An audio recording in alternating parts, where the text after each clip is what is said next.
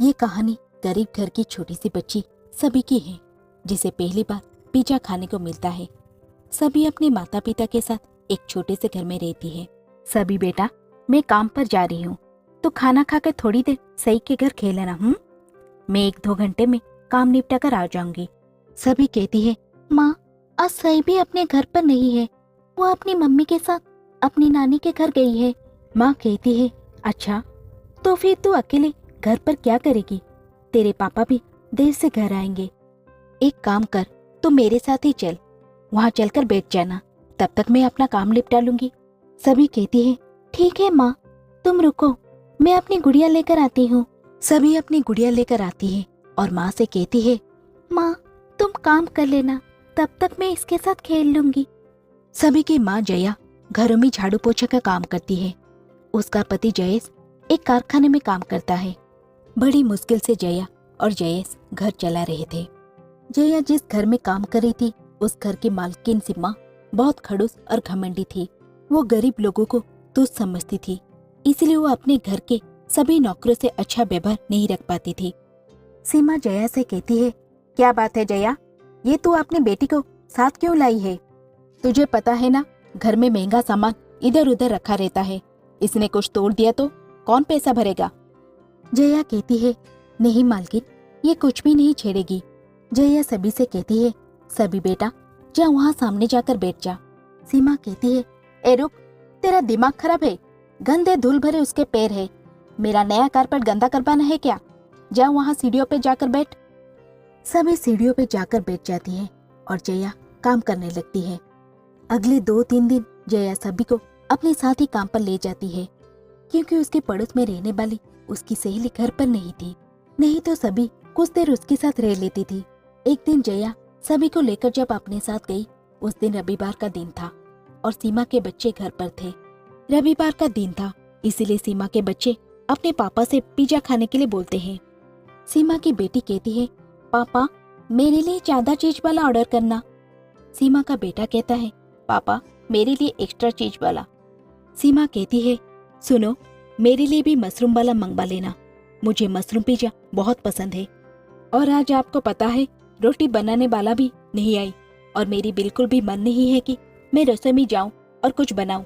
सीमा के पति कहते हैं, ठीक है, दोपहर का खाना रहने दो, हम पिज्जा ही खा लेंगे, मैं 4 पिज्जा मंगवा लेता हूँ। सीमा की बेटी कहती है, वाह, आज मैं पूरा पिज्जा खाने वाली हूँ।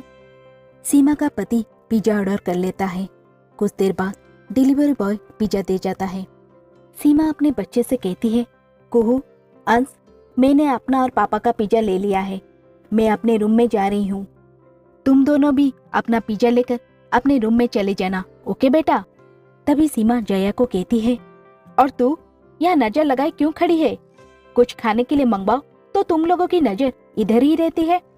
रसोई की स्लैब पर बच्चों की पिज्जा रखा है, हाथ मत लगा देना। जया कहती है, मालकिन रसोई पे पोछा लगाना रह गया, बस वही लगाने जा रही हूँ। सीमा मुंह बनाते हुए कमरे में चली जाती है। अंश भी अपना पिज्जा लेकर कमरे में चला जाता है, पर जैसे ही कुहू अपना पिज्जा उठाने आती है, तभी सभी उसके पिज्जा के पास आती है और सभी के हाथ से पिज्जा नीचे गिर जाता है। ये देखकर कुहू गुस्से से चिल्लाती है, मम्मी पापा देखो, जल्दी आओ, सभी के बच्चे ने मेरा पिज्जा स्लैब से नीचे गिरा दिया। सीमा कहती है, तेरी इतनी हिम्मत, तूने मेरी बेटी के हिस्से का पिज्जा जमीन पर गिरा दी? जरूर तो इसे छुपकर खा रही होगी, तभी तो तूने कुहू को देखा और नीचे गिरा दिया। ऐसा कहते हुए सीमा सभी को थप्पड़ मार लेती है। सीमा के थप्पड़ मारने से सभी रोने लगती है। जया कहती है, नहीं मालकिन, मेरी बच्ची को मत मारो, जरूर कोई बात है, नहीं तो मेरी सभी ऐसा कभी नहीं करेगी। सीमा कहती है, और क्या बात हो सकती है? तुम गरीबों ने कभी पिज्जा खाया भी है? इतना महंगा है पिज्जा, एक भी पिज्जा कभी नहीं खाया होगा, तभी नजरें गड़े हमारे पिज्जा को घूर रही थी। तभी सीमा के पति कहते हैं, सीमा, एक बार उसकी बात तो सुन लो, आखिर उसने ऐसा क्यों किया? क्या हुआ सभी बेटा, तुमने ये पिज्जा क्यों गिराया? मुझे बताओ, आंटी तुम्हें कुछ नहीं कहेंगी। कुहू कहती है, मेरा सारा पिज्जा गिरा दिया पापा, फिर भी इसे इतना प्यार से बात कर रहे हैं। सभी डरते डरते सच्चाई बताती है, अंकल, पिज्जे के डिब्बे में चूहे का बच्चा है।